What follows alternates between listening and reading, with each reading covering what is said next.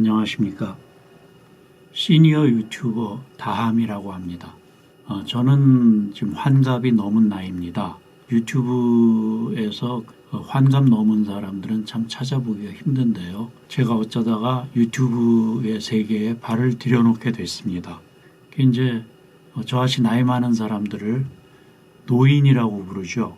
노인을 위한 나라는 없다. 이런 제목의 영화도 있었고, 지금 이제 점점 젊은 사람들이 줄어들고 노인 인구가 늘어나기 때문에 노인들의 사회 문제의 전면에 등장하는 시대가 됐습니다. 그리고 이제 노인들을 좀 존경해서 부르는 말은 어르신 이런 말도 있고요. 조금 비하하는 말로는 노친네, 요즘은 틀딱 이런 말들도 있습니다만, 아무튼 나이가 들어서 이제는 그 사회에서 뒷전에 물러 앉아 있어야 되는 그런 나이가 됐습니다. 그런데 외국에서는 노인들을 부르는 말로 실버 세대 또 시니어 이런 말로 아마 노인들을 지칭하는 것 같습니다. 제가 이제 시니어의 연령층에 들다 보니까 직장 생활을 은퇴하고 앞으로 살아갈 날이 많이 남았는데 뭘 하면서 살아야 될까 궁리를 참 많이 했습니다. 그러다가 발견한 것이 이 유튜브의 세계입니다. 유튜브라고 하는 것이 미국에서 만들어진 인터넷 사이트죠. 근데 이 유튜브라는 것을 요즘 젊은 사람들이나 나이 든 사람들이나 많이들 쓰고 있습니다. 길거리에 나가봐도 다들 그 유튜브를 쳐다보고 있고, 지하철을 타도 다들 유튜브를 보고 있습니다. 예전에는 그 오락거리라고 하면 우리들이 책밖에 없었어요. 그렇죠? 책이나 신문 이런 걸 통해서 지식을 얻거나 정보를 얻거나 또는 오락거리를 얻거나 그랬는데, 요즘은 전부 다 길거리를 돌아다니는 사람들이 핸드폰만 쳐다봅니다. 이 스마트폰에 모든 재미있는 것, 오락거리, 또 모든 정보, 모든 지식이 다 들어있기 때문이죠. 그 정보나 지식의 깊이는 논하고 싶지 않습니다만, 아무튼 너무나 다양한 종류의 정보들이 넘쳐나고 있는 것은 사실입니다. 우리 나이 든 사람들도 스마트폰을 통해서 유튜브를 늘 보고 있죠. 그런데 그 본다라는 것이 소비적인 행태예요. 그렇죠? 유튜브를 보면서 거기에서 지식을 얻고 또 정보도 얻고 또 재미도 얻고 그렇게 소비를 하고 있습니다. 그런데 이제 그 소비를 하는 대상인 그 컨텐츠들은 주로 젊은 사람들이 올리는 겁니다.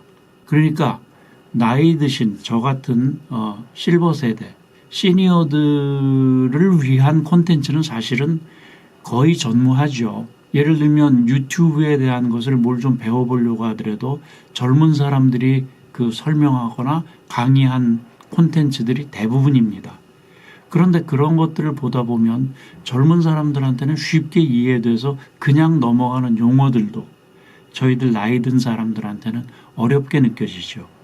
그래서 이게 무슨 말인가 하고 되돌려서 봐도 잘 이해하기 어려운 그런 내용들이 대부분입니다.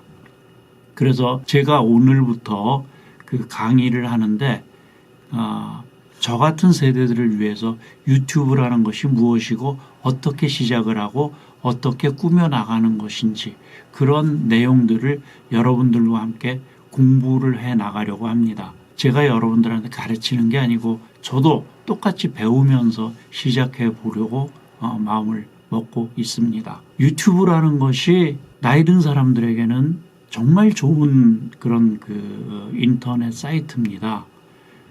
예를 들면 저희들이 젊은 사람들보다 나은 게 뭐가 있을까요? 젊은 사람들보다 근력도 떨어지고 또 순발력도 떨어지고 그러는데 오직 한 가지 젊은 사람들보다 경험이 많다. 이것이 저희 나이 든 사람들의 장점 아닐까요? 근데 이 우리가 살아온 경험 아주 시시콜콜한 것들, 예를 들면 저희가 직장을 다닐 때 직장에서 직장 동료들, 선후배들이랑 나누었던 그런 이야기들, 시시콜콜한 이야기들조차도 지금 젊은 세대들에게는 귀감이 될 수 있고 도움이 될 수 있고 정보가 될 수 있습니다. 그런 것들을 제공해 줄 수 있는 사람들은 실버 세대, 시니어들 뿐이 없습니다. 그렇기 때문에 시니어들은 유튜브에 올릴 콘텐츠를 젊은 사람들보다 훨씬 많이 만들어낼 수 있습니다. 가장 큰 장점이죠. 젊은 사람들과 경쟁해서 절대로 뒤지지 않을 그 나이 든 사람만이 가지고 있는 그런 장점입니다. 이 장점을 잘 살려서 유튜브에서 나이 든 우리들도 유튜브에서 좀 더 자유롭게 즐거운 생활을 할 수 있었으면 좋겠습니다. 그럼 이제 본격적으로 강의에 들어가기 전에 나이 든 사람들이 유튜브를 하면 뭐가 좋은가? 거기에 대한 얘기를 좀 나눠볼까 합니다. 조금 아까 말씀드렸다시피 나이 든 사람들에게는 경험, 젊은 사람들이 가지고 있지 않은 그 오랜 세월 동안의 경험이 제일 큰 무기라고 말할 수 있겠습니다. 그런데 그 나이 든 우리들이 유튜브 생활을 하면은 좋은 점은 뭘까? 우선 그걸 한번 생각해 보죠. 유튜브라는 것은 어느 일정 조건이 도달하면, 예를 들면 그 구독자가 1000명 이상이 되고 1년 동안 시청 시간이 4000시간이 되면 유튜브라는 회사에서 광고를 붙여줍니다. 그럼 그 광고에 의해서 수익이 생깁니다. 그 수익이라는 것을 또 만만히 생각하지 않아야 된다고 생각을 합니다. 왜냐하면 요즘 젊은 사람들은 그 유튜브를 통해서 월 억대의 수익을 올리는 사람들도 많이 있습니다. 물론 한국 사람들, 우리 한국에서죠. 그렇게 많은 액수를 바라지는 않더라도 담은 몇만 원, 몇십만 원, 몇백만 원이라도 저희 나이 든 사람들에게는 큰 도움이 됩니다. 그런 수익을 일단 기대를 할 수 있고요. 그 다음에 우리 나이 든 사람들이 유튜브에서 생산적인 그 동영상을 만들어 올렸을 때 얻을 수 있는 게 뭐냐 하면 창작의 기쁨을 느낄 수 있다는 겁니다. 우리가 일생을 쭉 살면서 여러 가지 그 기쁨을 느끼는 요소들이 많습니다만 그 중에서 무엇보다도 제일 큰 건 창작을 할 때 느끼는 기쁨입니다. 창작. 자, 예술가들은 그 창조를 이 세상에 없던 것들을 만들어내는 게 예술가죠. 그 예술가들은 이 세상에 없던 것을 창작해내는 거에서 큰 기쁨을 느낍니다. 뿐만 아니라 우리 일반인들도 무엇을 창작해낸다는 것이 굉장히 큰 기쁨이죠. 유튜브 영상, 이 세상에 없던 내가 만든, 내가 촬영하고, 내가 편집하고, 내가 기획하고, 내가 올린 이 유튜브 동영상은 이 세상에 전혀 없던 겁니다. 그런데 내가 내 혼자의 힘으로 만들어낸 것이죠. 이것을 만들어내는 과정을 통해서 제가 살아있는 보람을 느끼고 기쁨을 느낄 수가 있습니다. 수익보다 사실은 이게 제일 큰 것이죠. 이 삶의 기쁨을 느낀다라는 것이 나이 든 사람들에게는 더욱더 소중하다는 것을 우리 실버 세대들은 잘 알고 있습니다.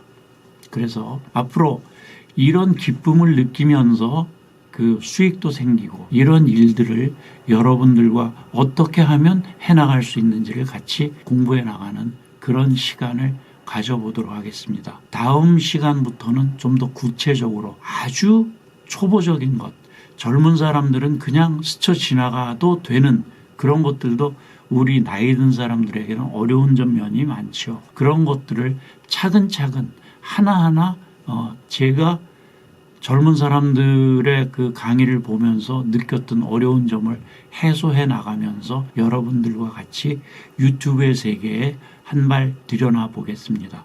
다음 시간부터 같이 동참해 주실 것을 권유드립니다. 감사합니다. 다음 시간에 다시 뵙겠습니다. 고맙습니다.